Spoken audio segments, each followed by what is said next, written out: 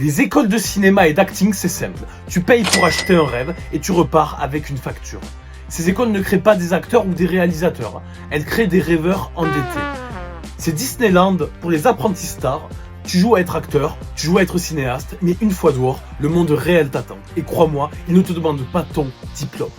Et j'entends bien déjà dans les commentaires ou même les messages privés, oui mais tu apprends quand même le métier, ferme ta putain de gueule Logan, tu dis encore de la merde comme d'habitude. Ouais ok très bien, tu apprends à projeter ta voix, à déclamer des répliques, à faire semblant de pleurer, c'est extrêmement bien. C'est super, vraiment, premier degré. Mais apprendre le métier, ça ne veut pas dire en vivre. Et c'est là que l'arnaque commence. Découvrons-le dans l'épisode 7 de The Naked Truth.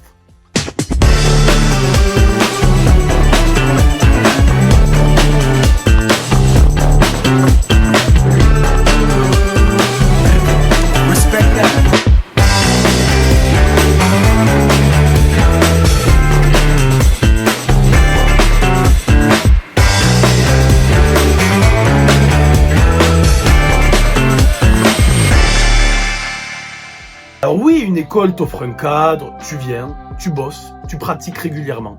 Je trouve ça très bien parce que je sais que certains ont besoin de discipline et si il n'y a pas cette configuration, automatiquement, la procrastination va se créer chez cet individu. C'est là que ça se complique parce que là, tu te dis, ok, j'ai payé 10 000 balles mon année d'école, mais voilà, je veux rentabiliser au maximum, je vais apprendre de A à Z. Si j'ai des questions, je les pose aux intervenants qui viennent. Et là, c'est super. Tu fais des exercices, tu découvres la technique, tu apprends l'histoire du cinéma. Bon, pour ceux que ça intéresse. Tu rencontres d'autres passionnés, parfois ça crée même des collaborations, même des petites équipes de cinéma. Et ça te donne l'impression d'avancer, d'être dans le milieu. Bref, ça rassure tes parents, ton entourage et toi-même.